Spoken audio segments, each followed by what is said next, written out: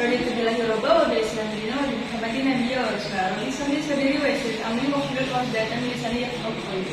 Baik, pertama-tama mari kita panjatkan puji syukur atas kehadirat Allah Subhanahu wa taala karena telah memberikan hidayah kepada kita semua sehingga kita bisa berkumpul di kelas ini guna untuk melakukan pembelajaran bersama. Baik, di sini perkenalkan nama saya Kabela Setiawati, saya dari Prodi S1 Kebidanan semester 5. Di sini saya akan membawakan materi saya yang berjudul Manajemen dan Administrasi Obat pada Masa Nifas.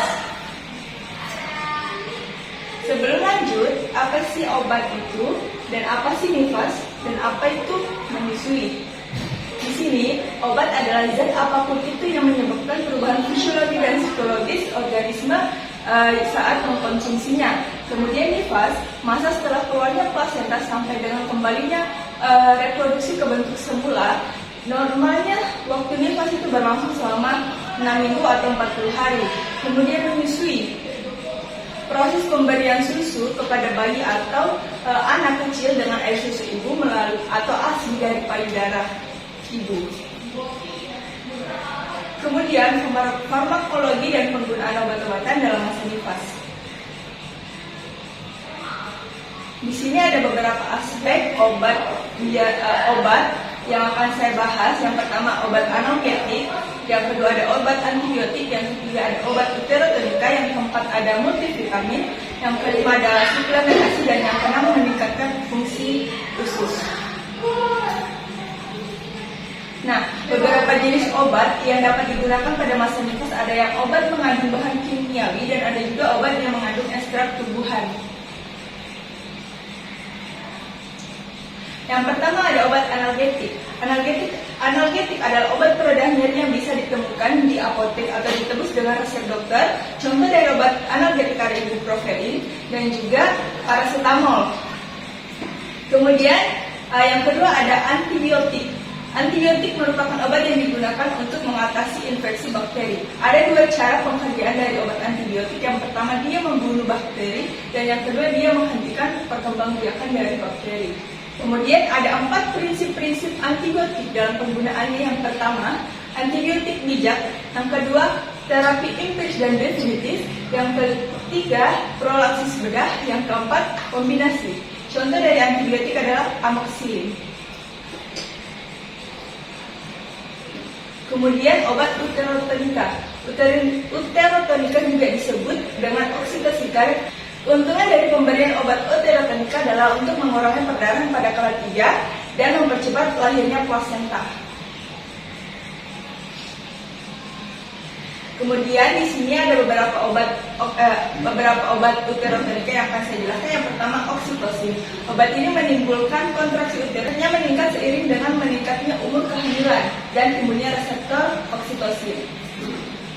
Kemudian yang kedua ada metilgometrin. Metilgometrin adalah obat yang digunakan untuk mencegah dan menangani kasus perdarahan postpartum dan juga postpartum. Metilgometrin adalah obat alkaloid ergot yang secara langsung merangsang kontraksi otot polos rahim dan juga vaskular. Yang ketiga ada misoprostol. Pemberian misoprostol 800 unit gram secara rektal biasa dipergunakan sebagai obat lini pertama untuk pengelolaan perdarahan postpartum. Oleh karena itu secara bermakna menurunkan risiko kemungkinan tetap adanya perdarahan setelah intervensi. Ini adalah beberapa cara penggunaan dan juga dosis dari obat-obat yang saya jelaskan tadi. Kemudian yang akan saya bahas yaitu multivitamin. Multivitamin adalah kombinasi dari banyak vitamin dan juga mineral.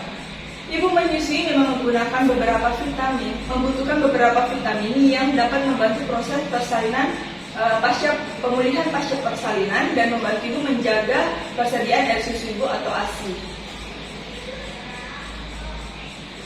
Nah, di sini ada beberapa contoh dari multivitamin. Ada vitamin A, vitamin B, vitamin E, vitamin D, vitamin K, dan juga vitamin C.